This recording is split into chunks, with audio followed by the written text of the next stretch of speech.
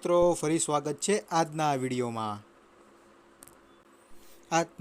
આપણે વાત કરશું જ્ઞાન સહાયકમાં આવેલી ભરતી વિશે મિત્રો। ધોરણ 9 થી 12ના શિક્ષકો માટે આવી છે ભરતી। તો ચાલો શરૂ કરીએ આજનો આ વિડીયો। મિત્રો, ગુજરાત સરકારના શિક્ષણ વિભાગ દ્વારા માધ્યમિક અને ઉચ્ચતર માધ્યમિક શાળાઓમાં જ્ઞાન સહાયકની ભરતી માટે જાહેરાત કરવામાં આવેલી છે મિત્રો।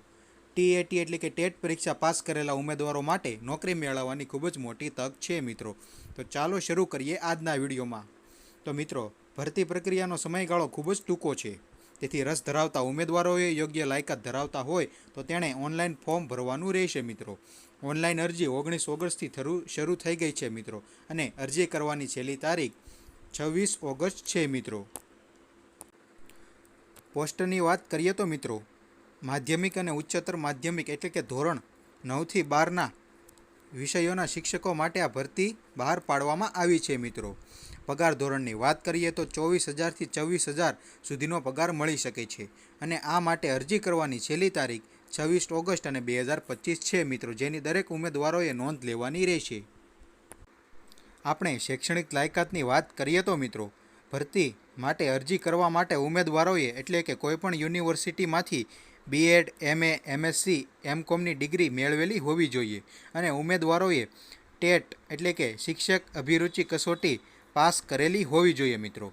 માધ્યમિક શાળા માટે ટેટ 1 અને ઉચ્ચતર માધ્યમિક શાળા માટે ટેટ 2ની પરીક્ષા પાસ કરેલી હોવી જોઈએ મિત્રો।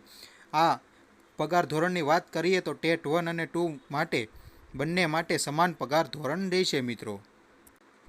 પસંદગી પ્રક્રિયાની વાત કરીએ તો ઉમેદવારોની પસંદગી મુખ્યત્વે ટેટ પરીક્ષામાં મેળવેલા ગુણના આધારે કરવામાં આવશે મિત્રો।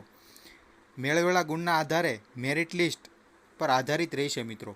મેરિટ લિસ્ટના આધારે શાળાની પસંદગી કરવાનો મોકો મળશે, અને અંતિમ યાદી અને નિમણૂક પત્રક તૈયાર કરવામાં આવશે મિત્રો। આ સમગ્ર પ્રક્રિયા ઓનલાઈન કરવામાં આવશે।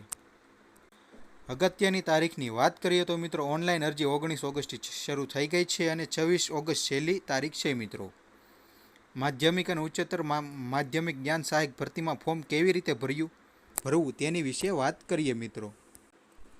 અરજી કરવા માટે ઉમેદવારોએ ઓનલાઈન પોર્ટલની મુલાકાત લેવાની રહેશે। ત્યારબાદ માધ્યમિક અને ઉચ્ચતર માધ્યમિક માટે અલગ અલગ લિંક આપેલી હશે। તમે જેમાં પણ અપ્લાય કરવા માગો છો તે લાયકાત મુજબ લિંક પર ક્લિક કરવાનું રહેશે મિત્રો।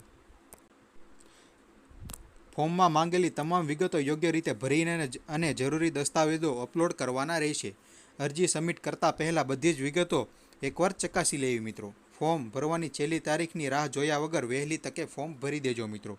જે કોઈ પણ ઉમેદવારોએ ટેટ 1 અને 2 પરીક્ષા પાસ કરેલી છે તેના સુધી આ વિડીયો જરૂર પહોંચાડો મિત્રો। અને આજનો વિડીયો જોવા માટે તમારા બધાનો જ ખૂબ ખૂબ આભાર મિત્રો। ફરી મળીશું એક ન્યૂ વિડીયો સાથે, અને આવી જ નવી ભરતીની માહિતી મેળવવા માટે અમારી આ ચેનલને સબસ્ક્રાઈબ કરી લેજો મિત્રો।